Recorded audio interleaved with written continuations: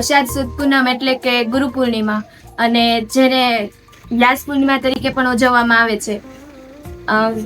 ગુરુ પૂજન એટલે સત્યનું પૂજન, ગુરુ પૂજન એટલે કે ધ્યેય પૂજન. અને ગુરુનું જીવન ધ્યેય મૂર્તિ જેવું હોય છે, ધ્યેયનું સાકાર સ્વરૂપ હોય છે. ગુરુ પૂજન એટલે જ્ઞાનનું પૂજન, અનુભવનું પૂજન.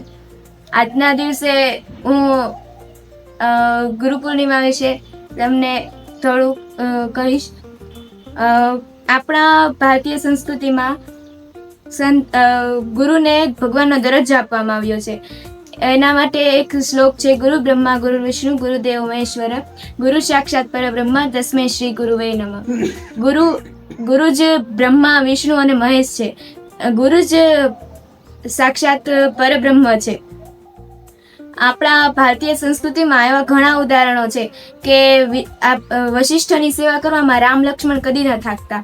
ઉપમન્યુ અને આરુણીને ધૌમ્ય ઋષિ ગુરુ તરીકે મળ્યા તે તેમને એમનું સૌભાગ્ય લાગતું. આવા તો ઘણા ઉદાહરણો છે. તેથી જ આજના દિવસ અંધકારમાંથી જ્ઞાનના અજવાળા તરફ લઈ જાય તે એટલે ગુરુ. ગુરુ વિના ભવસાગર ન તરાય. ગુરુ વિનાનો માણસ ગમે તેટલો બુદ્ધિશાળી હોય, ચતુર હોય કે પછી હોશિયાર હોય, પરંતુ ગુરુ વિના તેની ચતુરાઈ બુદ્ધિ કે હોશિયારી કંઈ જ કામ આવતું નથી. એટલા માટે આજના દિવસે હું પ્રિન્સી સર તથા દાદાને નમસ્તે. આજે હું ગુરુ પૂર્ણિમા વિશે તમને થોડું કહીશ. ગુરુ એટલે શું? આજના જમાના પ્રમાણે તો આપણે જે સ્કૂલમાં ભણીએ છીએ ને ત્યાં આપણને ભણાવે તે ગુરુ, અને માત્ર તે ચોપડીયું જ્ઞાન આપે અને તેના સિવાય કોઈ બીજો સંબંધ જ નહીં. ખરેખર તો ભારતીય સંસ્કૃતિ પ્રમાણે ગુરુ એટલે જે લઘુ નથી તે ગુરુ, ન લઘુ ઇતિ ગુરુ. ગુરુ તો એવા હોવા જોઈએ જે વિદ્યાર્થીને જીવન જીવવાની કળા, પ્રકૃતિમાંથી કંઈક શીખવાની વૃત્તિ, જિજ્ઞાસા વૃત્તિ, કૃતજ્ઞતા અને તેજસ્વીતા જેવા ગુણો વિકસાવે. અને આપણી સંસ્કૃતિમાં તો આવા ગુરુને ભગવાન કરતાં પણ ઊંચું સ્થાન મળ્યું છે. અને આવા ગુરુઓ માટે જેવા તેવા શિષ્ય પણ ન ચાલે. તેના માટે તેવો જ તેજસ્વી શિષ્ય જોઈએ. અને જો આવો શિષ્ય અને આવો ગુરુ હોય તો તે બંને વચ્ચે નિસ્વાર્થ સંબંધ હોવો જરૂરી છે, અને તે હોય જ છે જો આવી જોડી હોય તો. અને જો આવા સંબંધવાળા ગુરુ અને શિષ્ય હોય તો તે ગુરુને શીખવવાથી અને તે શિષ્યને શીખવાથી દુનિયાની કોઈ પણ તાકાત રોકી શકતી નથી. આપણી સંસ્કૃતિમાં તો આવા ઘણા ગુરુ શિષ્યોની જોડી થઈ ગઈ છે, જેમ કે ગુરુ દ્રોણાચાર્ય અને અર્જુન, રામ લક્ષ્મણ ભરત શત્રુઘ્ન અને વિશ્વામિત્ર, ચંદ્રગુપ્ત મૌર્ય અને ચાણક્ય, કૃષ્ણ અને સાંદીપની વગેરે. અને આવા જ એક મહાન ગુરુ વેદવ્યાસ, જેઓએ વિશ્વના મોટામાં મોટા મહાકાવ્યની રચના કરી, તેના જન્મદિન ઉપર આપણે આજે ગુરુ પૂર્ણિમા ઉજવીએ છીએ, જેને વ્યાસ પૂર્ણિમા પણ કહે છે. તેથી આજના શુભ દિવસે હું આપણા ગુરુ આભાર માનતા એટલું જ કહીશ કે ગુરુ બ્રહ્મા ગુરુ વિષ્ણુ ગુરુદેવ મહેશ્વર, ગુરુ સાક્ષાત પરબ્રહ્મ તસ્મૈ શ્રી ગુરુવે નમઃ. આજે ગુરુ પૂર્ણિમા એટલે અષાઢ સુદ બીજ, અષાઢ પૂર્ણિમા, અષાઢ સુદ બીજ આવી. આજે વ્યાસજીનો જન્મદિન છે. વ્યાસજીનો જન્મદિન. વ્યાસજી કોણ હતા? તો કે અત્યારે આપણે આમ સમાજ જીવીએ છીએ, પણ થોડાક પાછલા ભૂતકાળમાં જઈએ, એની પાછળના ભૂતકાળમાં જઈએ તો મોટા શહેરો નહોતા, નાના અવળા આશ્રમો હતા. અને એ આશ્રમોમાં જે તપશ્ચર્યા કરનારા હતા એને અમુક સ્ફુરણા થતી, એટલે શ્લોક બોલતા. શ્લોક કોઈ લખેલો નહોતો, અંદરથી ઉદ્ભવેલો હતો. આપણે કવિતા કેવી રીતે કરીએ છીએ? કવિતા કેવી રીતે આવે છે? મોહમ્મદ સાહેબને આયાત કેવી રીતે ઉતરી હતી? મોહમ્મદ સાહેબ બેઠા હતા તો આયાત ઉતરી. તેવી રીતે આપણે અંતઃસ્કરણમાંથી જે શ્લોકો આવ્યા એ ઋષિ બોલ્યા તો એના શિષ્યાઓએ યાદ રાખી લીધા. એ મોઢે જ હતું, બધી મૌખિક પરંપરા હતી. હવે જ્યારે વ્યાસજીનો જન્મ થયો ત્યારે વ્યાસજીને થયું કે આ આટલા શ્લોક યાદ છે, આને આટલા શ્લોક યાદ છે, ઓને આટલા શ્લોક યાદ છે, તો આપણે બધાનું સંકલન કરી લીધું હોય તો કેવું સારું. એટલે વ્યાસ એવા પુરુષ છે જેણે આ બધા આશ્રમો ફરીને લખી લીધા. પછી બદ્રી જમનાજીના પ્રવાહ જે ચાલ્યો જાય છે ને, એમાં ઉપર હરિયાણાની ઉપર એક વચમાં બેટ છે. આ બાજુ જમનાજી વયા જાય છે, આ બાજુ જમનાજી વયા જાય છે. તો એ બેટ ઉપર વ્યાસજીનો જન્મ થયેલો, એટલે ન્યા પાછા જાય છે. એમનો બદ્રી નારાયણ નહીં, બદ્રી દ્વીપ, બદ્રી બેટ. તો એ બેટ ઉપર જઈને એની પેલા જે બધા શ્લોકો બોલ્યા હતા જુદા જુદા ઋષિઓ, એની લખ્યા. પછી એનું સંકલન કર્યું. આજે અટાણે લાખોની સંખ્યામાં શ્લોક આવ્યા, જેને એ સમયે ઋચાઓ કહેવામાં આવતી. તો એનું શું કર્યું? એને 4 વિભાગ પાડ્યા. કે અર્થશાસ્ત્રના એટલે કે આ જે જીવન વ્યવહારના જે શ્લોક હતા એ એક બાજુ રાખ્યા. યજ્ઞાદિના સંગીતના જે શ્લોક હતા એ બીજી બાજુ રાખ્યા. મંત્ર તંત્ર, જન્મ, યજ્ઞ પવિત્ર, લગ્ન, મરણના શ્લોક એ ત્રીજી બાજુ રાખ્યા.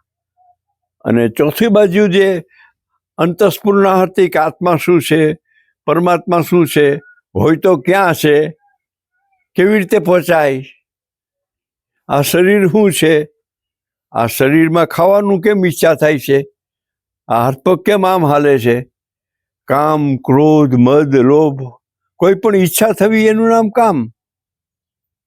તો આપણી ઉંમર જેમ વધતી જાય એમ આપણા કામ, આપણી ઈચ્છાઓ ફરતી જાય.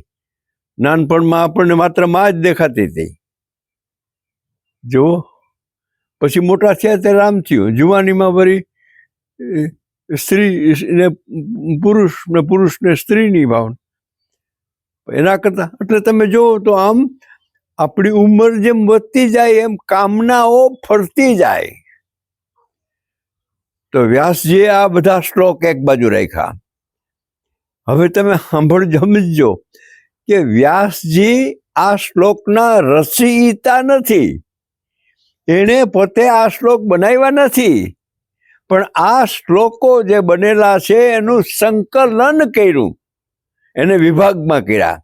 એ આપણા 4 વેદ થયા: ઋગ્વેદ, યજુર્વેદ, સામવેદ અને અથર્વવેદ. આપણા 4 વેદ.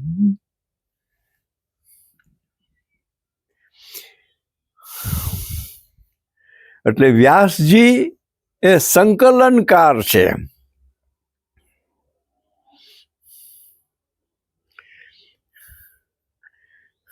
તો વ્યાસજીનો જન્મ બહુ વિચિત્ર રીતે થયો. જે જમના નદી હતી એમાં આ કાંઠેથી ઓલે કાંઠે જવું હોય તો જેમ આજે બસો ચાલે છે તેમ એવી રીતે હોડીઓ ચાલતી કે ભાઈ મારે સામે કાંઠે જવું છે. જે કંઈ ત્યારે પૈસાનું ચલણ નહીં હોય, કોડીનું ચલણ હતો કે 2 કોડી એક જણાની, એટલે 4 કોડી આપે એટલે એને 2 જણાને સામે લઈ જાય.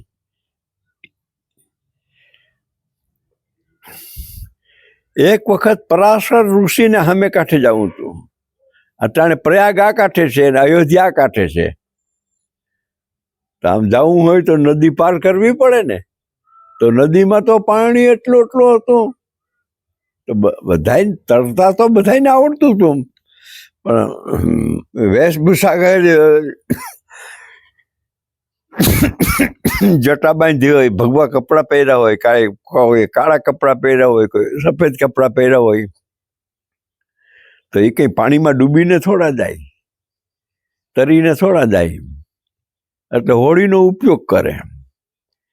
એમાં પરાશરે હોળીમાં, અત્યારે એ હોળી જે ચલાવતી હતી એ છોકરીનું નામ મત્સ્યગંધા. એના શરીરમાંથી માછલાની વાસ આવતી હતી, માટે છોકરીનું નામ મત્સ્યગંધા. એના શરીરમાંથી માછલીની, એ મચ્છીમારની દીકરી હતી. આ તો પરાશર તો મોટા ઋષિ હતા. પેલી જે આમ હોળી કરે છે ને, તો પરાશર એની ઉપર ખુશ થઈ જાય છે કે યુવતી, હું તારી ઉપર ખુશ છું. તો પેલી તો બિચારી પગે લાગે છે. એમ કહેવાય છે કે વ્યાસજીએ એમ કીધું કે તું મને સ્પર્શ કર, પરાશરે. અને પેલી મત્સ્યગંધાએ તો ઋષિ માછીમારની, તો કે હું તો માછીમાર છું, આપ તો મહાન ઋષિ છો. તો કે ભલે ને. તો કે પણ જો સામે કાંઠે ઉભેલા માણસ, આ કાંઠે ઉભેલા માણસ આપણને જોઈ જશે તો એ કંઈ સારું લાગશે? મને તો વાંધો નથી, હું તો મચ્છીમારની દીકરી છું, પણ આપ મહાન ઋષિ છો. એટલે એમ કહેવાય છે કે પરાશરે પોતાના યોગથી ચારે બાજુ વાદળું ઉતારી દીધું, એક ચારે બાજુ. ને વાદળામાં વચમાં હોળીમાં 2 જણા. એનો જે સંયોગ થયો, એટલે પેલીએ તો 2-3 મહિના પછી પાછા આવ્યા ત્યારે કીધું કે મહર્ષિ, મારો તો આમ થઈ ગયું છે, હું સગર્ભા છું. તો કે અચ્છા, આ બદ્રી છે ને ન્યા તું રે. એટલે બેટ હતો, એ બેટ ઉપર રહ્યા. એ બેટ ઉપર જન્મ થયો, એટલે કૃષ્ણ દ્વૈપાયન. દ્વીપ એટલે બેટ, કૃષ્ણ એટલે એનો વાન સેજ કાળો હતો. એની માં તો મચ્છીમાર હતી ને, બાપ ઋષિ હતો. એટલે મત્સ્યગંધા, પછી માછલીનો ધંધો કરતી હતી. એટલે એક નામ વ્યાસજીનું છે, કૃષ્ણ દ્વૈપાયન. કૃષ્ણ દ્વૈપાયન, જ્યાં એનો જન્મ થયો છે ત્યાં. પછી કૃષ્ણ દ્વૈપાયન કેટલું જીવા? આપણે ત્યાં આ એક વિચાર કરજો કે આપણે એમ કહીએ કે 4 યુગ છે. સત્યયુગના આટલા વર્ષ, ત્રેતાના આટલા વર્ષ, દ્વાપરના આટલા વર્ષ, કળિયુગના આટલા વર્ષ. સત્યયુગમાં ઋગ્વેદ રચાણો, ત્રેતાના અંતમાં રામનો જન્મ થયો, દ્વાપરના અંતમાં કૃષ્ણનો જન્મ થયો, ને અત્યારે આપણે કળિયુગમાં જીવીએ છીએ. તો કે ભાઈ આને 4000 વર્ષ થયા ને, કોઈ કે 40,000 વર્ષ થયા ને. તો ખરેખર શું માણસ આટલું જીવે? આપણે અહીંયા અલિયાબાડા છે ને, એના એક મોટા વિદ્વાન હતા, એનું નામ ડોલરાય માકડ. તો ડોલરાય માકડે શું કર્યું કે ચાલો આપણે આ વિક્રમ સંવંત, એની પહેલા ગુપ્ત સંવંત, એની પહેલા વલ્લભી સંવંત, એની પહેલા યુધિષ્ઠિર સંવંત, એની પહેલા મન્વંતર, આનો વિચાર કરીએ. મોટું પુસ્તક લખ્યું, આંકડા લખ્યા. એટલે કીધું કે આ માણસને તો 500 વર્ષ થયા, પણ વર્ષ કેવડું? વર્ષની ગણતરી કેમ? હું 12 મહિનાનું વર્ષ છે કે 6 મહિનાનું વર્ષ છે કે 3 મહિનાનું વર્ષ છે? ઋગ્વેદમાં 4 મહિનાનું વર્ષ છે. શિયાળો, ઉનાળો, ચોમાસું. ગામડામાં તો એમ જ કહીએ છીએ ને આપણે કે 3 ઋતુ. શિયાળો એટલે 1 વર્ષ પૂરું, ઉનાળો એટલે બીજું વર્ષ પૂરું. જો આપણે એમ કરીએ, એમ ગણતરી કરીએ, તો મને અટાણે 90 વર્ષ થયા. તો 9 તેરી 18 કે 9 તેરી 27, 270 વર્ષ થયા મને. સમજણ પડી? હવે આ સમયની ગણતરી જો કરીએ તો આ બધાની ખ્યાલ આપણને આવી જાય. આપણા દેશમાં ગણતરી આવી રીતે હતી. વિક્રમ સંવતની ગણતરી ક્યારે છે? તો કે 2081 વર્ષથી. 2081 વર્ષથી વિક્રમ સંવત છે ને, વિક્રમ સંવતનું વર્ષ 12 મહિનાનું છે. એની પહેલાના જે સંવંતો હતા એમાં કોઈનું 8 મહિનાનું છે, કોઈનું 4 મહિનાનું છે.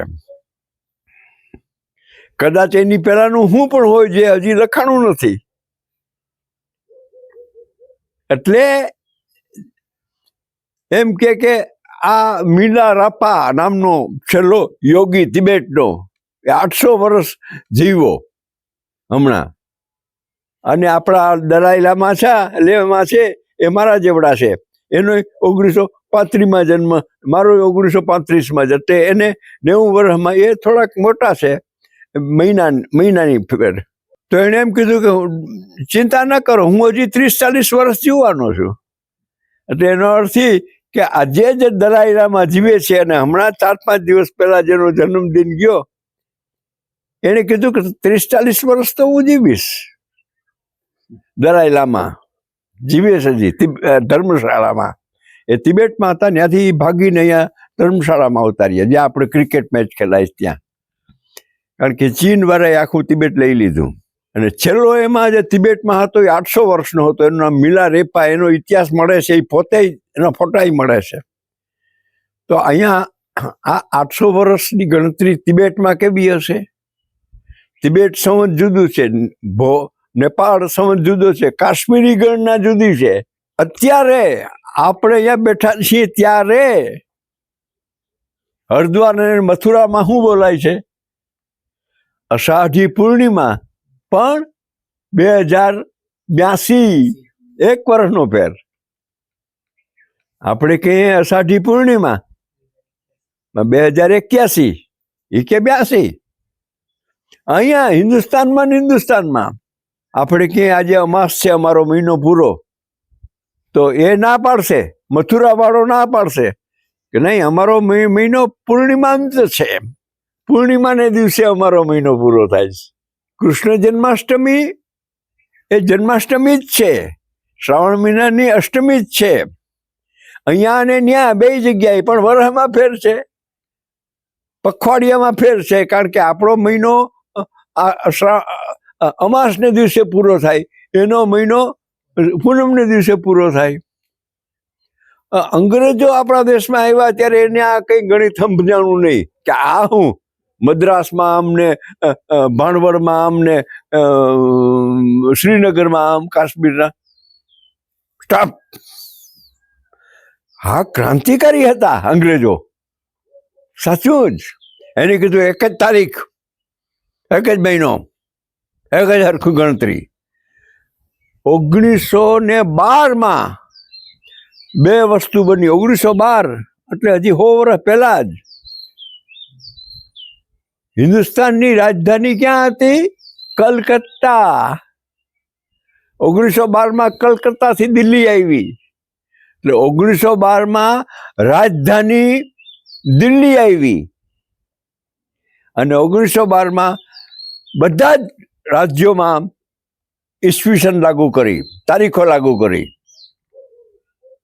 હા, બહુ સારું કામ થયું. આજે મદ્રાસ વાળો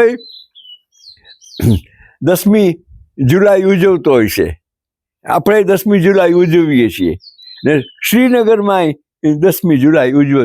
હિજરી સંવત જુદો, જો મુસલમાનનો સંવત પાછો જુદો. આ બધાની ગણતરી કેમ થઈ હશે? તો કે ભાઈ આ આપણા આર્યો હતા ને, એની નજર સૂર્ય હામી હતી. ઓમ ભૂર્ભુવઃ સ્વાહા તત્સવિતુર. સૂર્ય ઉપરથી આપણે ગણતરી કરી. યુરોપ વાળાને શું હતું? સૂર્ય દેખાતો જ નહોતો, એટલે ચંદ્ર ઉપરથી ગણતરી કરી. ને અરબસ્તાનમાં શું હતું? રણમાં મોટો શુક્રનો તારો ઝગમગતો દેખાતો, જુમ્મો કહેવામાં આવે એને. જુમ્મો એટલે તમે જુઓ ચારે બાજુ જુમ્મા મસ્જિદ. એટલે શુક્રના તારાથી ગણતરી થઈ એની. શુક્રના તારાની 1, 2, 3 કરે, તમારામાંથી ગણે તો 1, 2, 3, 4 એમ આવે, પણ તારાથી ગણે તો 1, 2 ને 3 આવે. ગણતરી ફરતી રહે ને, ક્યાંથી તમે ગણતરી કરો છો એની ઉપર આધાર છે.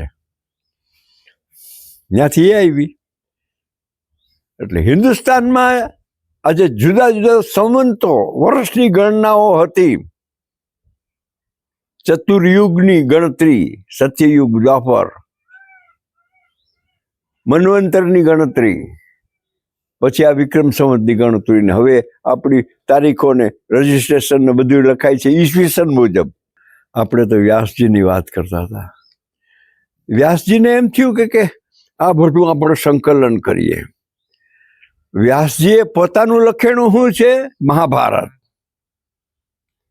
બહુ લાંબુ જીવા વ્યાસજી, કારણ કે વ્યાસજી ન્યા હતા, પરાશરના દીકરા ન્યા હતા, અને અહીંયા કૌરવ પાંડવના ભેગા પણ હતા.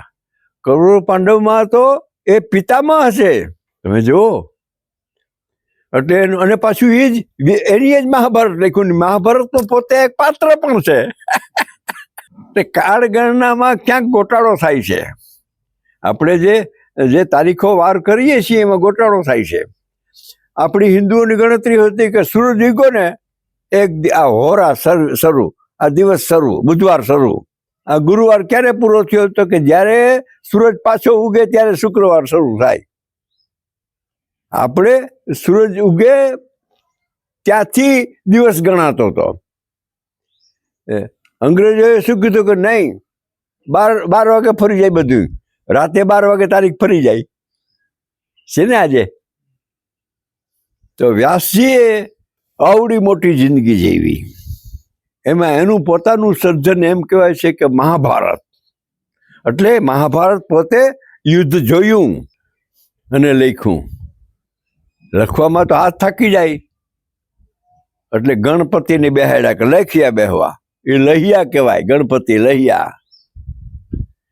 એટલે બોલતા જાય શ્લોક, 1,00,000 શ્લોક, અને ગણપતિ. એટલે આખા હિન્દુસ્તાન ઉપર સૌથી મોટામાં મોટો હિન્દુ ધર્મ ઉપર ઉપકાર કેનો છે? તો કે વ્યાસજીનો. વ્યાસજી પેદા થઈ ગયેલા ઋષિઓના શ્લોક પણ એની સંકલન કર્યા. વ્યાસજીના પોતાના જીવનમાં જે બન્યું હતું એ પણ એની સંકલન કર્યું. અને પછી વ્યાસજીના દીકરા શુકદેવજી, એણે પણ સંકલન કર્યું. ભાગવત સુખદેવજી બોલ્યા છે, અને પરીક્ષિતે સાંભળ્યું છે. પરીક્ષિત કોણ? તો કે અભિમન્યુનો દીકરો. અભિમન્યુનો દીકરો. તો તમે જુઓ, આપણા ડોલરાઈ માકડે એક સરસ વાત કરી કે ભાઈ આ આટલા ઋષિઓ થયા તો ક્યારે થયા? એટલે એણે શું કર્યું? પહેલા પ્રથમથી રામનો સમય નક્કી કર્યો કે રામનો સમય કયો. જો કે આપણે બહુ એની ચર્ચામાં નથી ઉતરતા, પણ રામનો સમય આજથી 6000 વર્ષ પહેલા. આજથી 6000 વર્ષ પહેલા તો રામનો સમય નક્કી કર્યો. પછી એ ડોલર કાકા કે જો આ રામની પહેલા એ કે કુલ 46 ઋષિઓ થયા છે. રામની પહેલા લગભગ 100 ઋષિઓ રામના સમય દરમિયાન થયા છે, અને 260 ઋષિઓ રામના સમય પછી થયા છે. એમાં એની ઋષિઓની કાળગણના કરી રાખી અને ગોઠવણી કરી.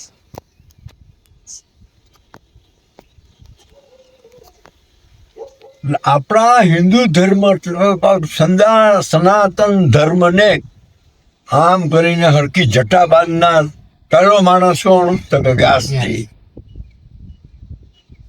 એટલે આજે આપણે વ્યાસજીની પૂર્ણિમા આખી જગતમાં ઉજવવામાં આવે છે કે વ્યાસે આપણા હિન્દુ ધર્મના બધા પુસ્તકો, ઋગ્વેદની સંકલન કર્યું, એ બધા મહાભારતનું પોતે સર્જન કર્યું, રામાયણનું વાલ્મીકીએ સર્જન કર્યું, આ પુરાણોનું જુદા જુદા બારોટોએ સૂત પરંપરા. સૂત એટલે બારોટ. આજે જે બારોટ છે એ બારોટની પરંપરા. એ સૂત સોનકને કહે છે કે સાંભળો કથા, સાંભળો કથા. નૈમિષારણ્ય. ક્યાં કથા ચાલી બધી?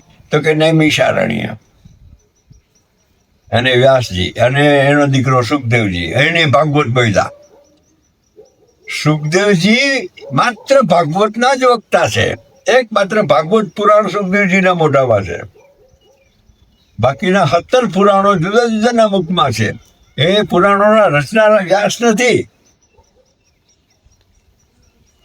પણ તમે લેખ લખો તો તમે લેખક કહેવાઓ, તમે લેખ લખો તો તમે લેખક કહેવાઓ. એમ પેલા જે કોઈ લેખકો હતા, સંકલનકાર હતા, એનું નામ વ્યાસ હતું. તો વ્યાસ સામાન્ય નામ પણ છે અને વ્યાસ વિશેષણ નામ પણ છે, વિશેષ નામ પણ છે. એટલે જુદા જુદા લેખકોએ લખ્યું પણ બધું વ્યાસને નામે. એટલે વ્યાસે લખ્યું. વ્યાસ મીન્સ લેખક. અને આ જે મહાભારત લખનાર છે વ્યાસ, એનું નામ કૃષ્ણ દ્વૈપાયન. બેટ ઉપર જન્મ થયો હતો, બદ્રી નામનો બેટ આજે છે. આપણે મોટા થઈને જાવું એક વખત બધા. તમે કીધો પણ તમે શું કરશો કે આપણે હિન્દુ નહીં, બધાય જન્મ પુનર્જન્મમાં માને છે. મારી પહેલા પણ એક જન્મ હતો, મારો જન્મ આ છે ને મારા પછી આમ થાય. તો એ કેવી રીતે બને? સૌથી મોટામાં મોટું વિજ્ઞાન વ્યાસજીએ સર્જ્યું છે કે જો આમ છે, જો આમ છે. ભગવાન બુદ્ધે શું કીધું? ભગવાન બુદ્ધે કે હવે આ બધા લફડા છોડો રહી કે શાંતિથી રહ્યો, એનું નામ જીવન છે. આગળ કઈ નથી, પાછળ કઈ નથી. આ શરીર અહીંયા થયો કે ભસ્મ બોધ બદલ્યું. મહાવીરે એમ કીધું કે આકાશમાં ને વાહ ઈશ્વર નથી, એ આપણા અંદર છે ઈશ્વર. મહાવીરે એમ કીધું કે જે પોતાની ઇન્દ્રિયો જીતી લે છે એ જ ભગવાન છે. એટલે એ નિરીશ્વરવાદી છે મહાવીર. જ્યારે બુદ્ધ નિરીશ્વરવાદી પણ છે ને અનાત્મવાદી પણ છે. આત્મા નથી. જો આત્મા નથી તો કોણ કોનો ગુરુ ને કોણ કોનો શિષ્ય? એટલે મુખ્ય સૂત્ર શું છે ભગવાન બુદ્ધનું? આ યાદ રાખવા જેવું છે, આત્મદીપો ભવ. જો તું જ તારો દીવો થા, તારો ગુરુ કોઈ બીજો નહીં. શું તારો ગુરુ? શું તારો ગુરુ?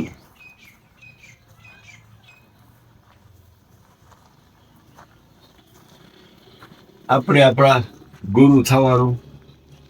આજે ખોટું બોલાઈ ગયું તો તરત એમ થાય કે અરે હું આને ખોટું બોલી ગયો, મેં આના તરફ ખોટો વિચાર કર્યો. કોઈની નિંદા નહીં, કોઈની ઈર્ષા નહીં, તારું મારું નહીં.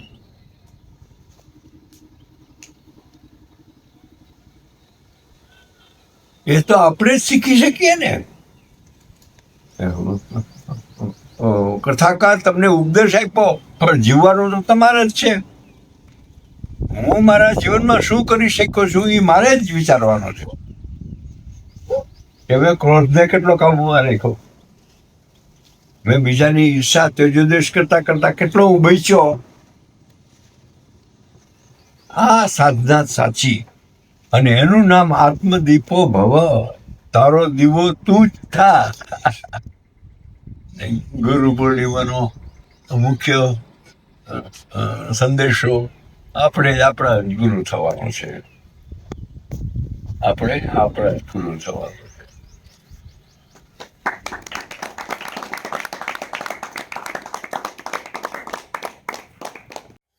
ગુરુ પૂર્ણિમાના દિવસે બધાને ખૂબ ખૂબ શુભેચ્છાઓ. ખૂબ જ આગળ વધો. દાદાએ આ દિવસે આજે ખાસ ઉપસ્થિત છે તમારા માટે, તો એમને પ્રણામ સાથે એમને કહ્યું એ પ્રમાણે કે અપદીપો ભવ, તમે જ તમારો દીવો થાવ. એ જ આપણું તપોવનનું પણ સૂત્ર છે. ખાસ આજે મારા ગુરુજનોને યાદ કરી, અત્યાર સુધીમાં 23 વર્ષમાં બધા વિદ્યાર્થીઓને યાદ કરીએ, અને અત્યારે જે ભણી રહ્યા છે બધાને પણ યાદ કરી, અને બધાને આજના દિવસે ખૂબ ખૂબ શુભેચ્છાઓ. 2 દિવસ પહેલાં વિશાલભાઈએ મને પુસ્તક મોકલ્યું કે આપને એક પુસ્તક મોકલું છું, એ વાંચી અને તમારો એનો અભિપ્રાય લખી અને એક વિડીયો બનાવીને મને મોકલજો. એટલે 2 દિવસથી થેલામાં હતું. કાલે અમે જતા હતા પોરબંદર. જતા જ પહેલી વખતે પુસ્તક હાથમાં લીધું ને પોરબંદર સુધીમાં 3 પાના વાંચ્યા. પણ બહુ સરસ ગમ્યું. વિશાલભાઈથી તો આપ બધા પરિચિત છો. આજના યુવાનોમાં આવડું વાંચન હોય અને એટલું ઊંડાણપૂર્વકનું વાંચન હોય એ ટેકનોલોજી અને જુદા જુદા ક્ષેત્રમાં અંગ્રેજી સાહિત્યનું ગુજરાતી ભાષાંતર કરવું, એમાંથી મને સરસ એક ફકરો ગમ્યો છે. એટલે એ આજના દિવસે વિદ્યાર્થીઓની સામે વાંચીએ.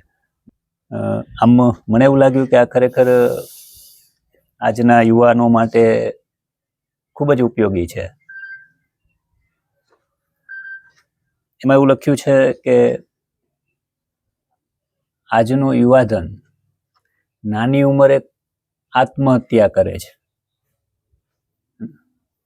અને ખરેખર તો આત્મહત્યાને એણે કેવી રીતે અહીંયા મૂકી છે એક જ પેરેગ્રાફમાં કે આત્મહત્યામાં માણસ પોતે જીવ લઈ લે એ અસ્તિત્વનું સૌથી મોટું અપમાન છે.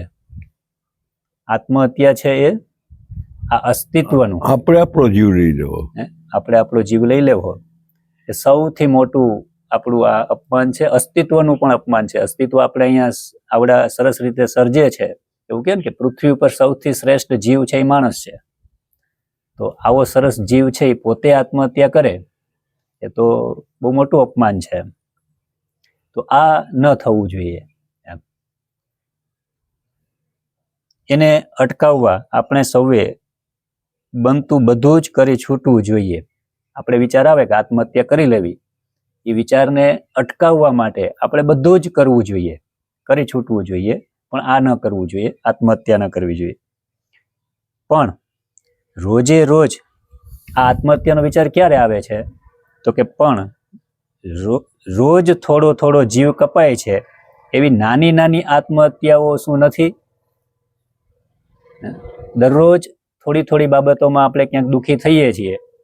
એ મોટી આત્મહત્યા તરફનો એક રસ્તો છે. એટલે આ પણ એક આત્મહત્યા જ થઈ છે. તો આવું કંઈ નથી, પ્રશ્નાર્થ છે. એમાં હવે તો કઈ આત્મહત્યાઓ, થોડી થોડી આત્મહત્યાઓ એટલે કઈ? તો કે પેલો સરસ એને મૂક્યું છે અને મને અને સૌને લાગુ પડે, યુવાનોને તો ખાસ. કોઈ રોજ એલાર્મ બંધ કરીને ઘસઘસાટ સૂઈ જાય તો આ આત્મહત્યા નથી?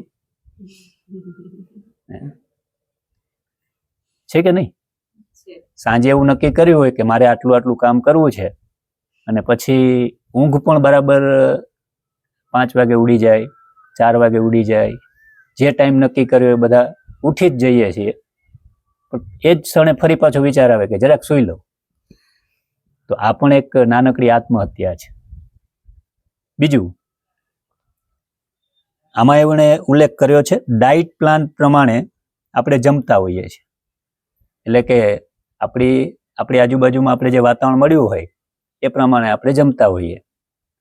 એમાં ક્યાંક ને ક્યાંક એવું હોય, એવો ઉલ્લેખ થયો હોય કે આ ખાવાથી આવું થાય, આ ખાવાથી આવું થાય, વ્યસન કરવાથી આવું થાય, દારૂ પીવાથી આવું થાય, બીડી સિગારેટથી આવું થાય, ન ખાવાનું ખાવાથી આવું થાય, એવું આપણે સમજ્યા હોઈએ.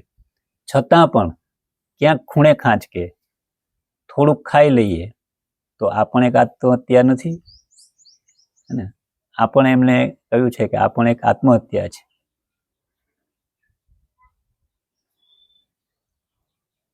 તો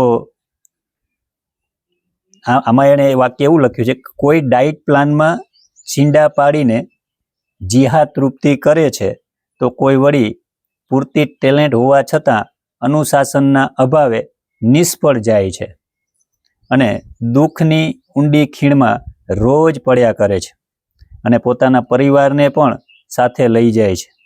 આ છે નાની નાની આત્મહત્યાઓ. પછી આવા લોકોને બધું જ નકારાત્મક, ભ્રષ્ટ અને નકામું લાગે છે. તેઓ કાયમી ફરિયાદી બની જતા હોય છે. એવું કહેવાય છે કે જે કામ આપણે નક્કી કર્યું હોય અને જે આપણે કરી જ શકીએ એમ હોઈએ પણ આળસ ન કરીએ એમાંથી જ સ્ટ્રેસ જન્મે છે. જો આપણે બધું કરી શકતા હોઈએ અને છતાંય ન કરીએ તો એ પછી ધીમે ધીમે સ્ટ્રેસ તરફ આપણા માનસિક સ્ટ્રેસ બનતો જતો હોય છે.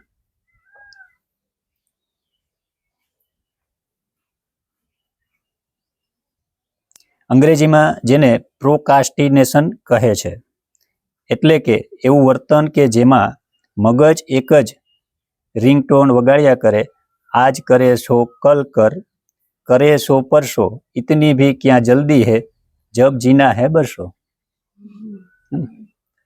વિચાર હોય કે આજે આટલું કરી લેવું, તો તરત વિચાર આવે કે ઓલો પછી કરશું, પછી પછી પછી. આ બધી પણ એક નાની નાની આત્મહત્યાઓ છે.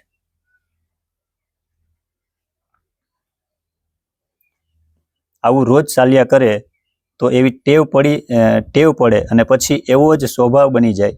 આપણે રોજે કરીએ એવા આપણે બની જઈએ. ટેવનું વિજ્ઞાન તો એમ કહે છે કે 24 કલાકમાંથી 16 કલાક આપણું તમામ વર્તન ટેવ ઉપર આધારિત છે. આજનું વિજ્ઞાન એવું કહે છે કે 24 કલાકમાંથી 16 કલાક છે ને આપણી ટેવો પ્રમાણે આપણે રહેતા હોઈએ છીએ. વ્રત કહો, નિયમ કહો, ટેવ કે સેલ્ફ મોટિવેશન કહો,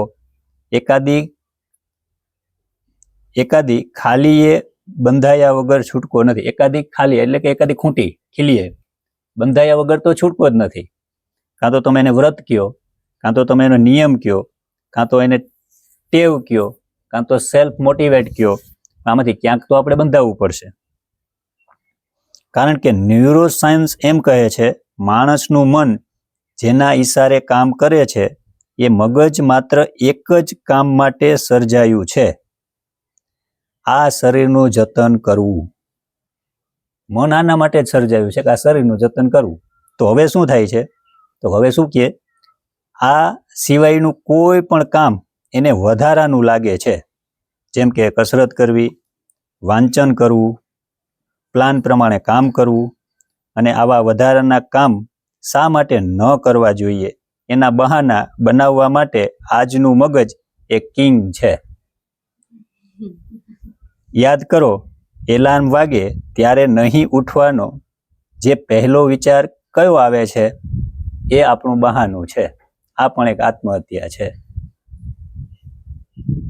ઘણા બધા લોકો 24 કલાકમાં 36 કલાકનું કામ કરી જિંદગીની ગાડીની ડ્રાઇવિંગ સીટ ઉપર પોતે બેસે છે. આપણે એવું જોઈએ ને કે દાખલા તરીકે દાદાએ 90 વર્ષના થયા પણ હજારો વર્ષોનું કામ કર્યું, તો એની પાસે 24 કલાક હતી. નરેન્દ્ર મોદીજી પાસે 24 કલાક જ છે અને કાંઈ નથી કરતો, એની પાસે 24 કલાક છે. તો અહીંયા એની સરસ ઉદાહરણ દ્વારા સમજાવ્યું આ કેવી રીતે. તમે કંઈ સાંભળ્યું કે વાંચ્યું જ હશે કે અત્યારે દુનિયામાં યુવાનો 35 વર્ષે રિટાયર્ડ થવાનું આયોજન કરે છે. કેવી રીતે થાય છે? અને એમાં પાર પણ ઉતરે છે. આવું કેવી રીતે શક્ય બને? તો સાદો જવાબ છે, આવા લોકો અન્ય લોકોની સરખામણીમાં બમણું કામ કરતા હોય છે. કામ કરતા હોય એટલે વિચારતા હોય એટલે વિકસતા હોય.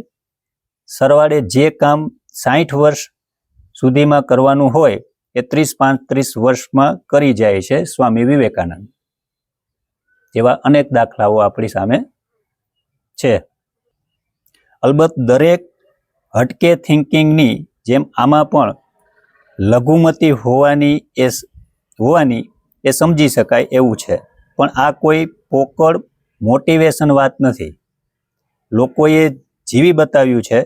અહીંયા વધુ લોકો કામ કરવાનો અર્થ વધુ પૈસા કમાવવાનો નથી, પણ આપણે રિટાયર્ડ થઈને જે સપનાઓ પૂરા કરવાનું વિચાર્યું છે એ 40 વર્ષે થાય તો શું વાંધો છે?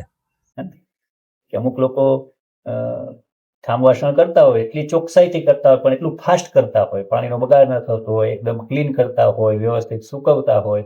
પણ એ જ અમુક લોકો ધીમે ધીમે કરતા હોય, સાવ સ્લો હોય.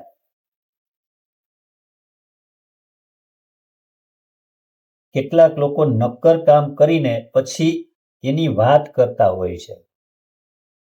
કેટલાક લોકો નક્કર કામ કરે. દાદાએ આ બધી હમણાં વાતો કરીને એને કામ કર્યું છે. એટલે કામ કરીને વાતો કરતા હોય છે. અમુક લોકો કર્યા વગર વાતો કરતા હોય છે. એટલે આત્મહત્યાઓથી બચવું હોય તો કંઈક કરીને તમે વાત કરો. એમ કર્યા પહેલા કોઈને તું આમ છે, આવું આવું એ કઈ ચર્ચા ન કરો.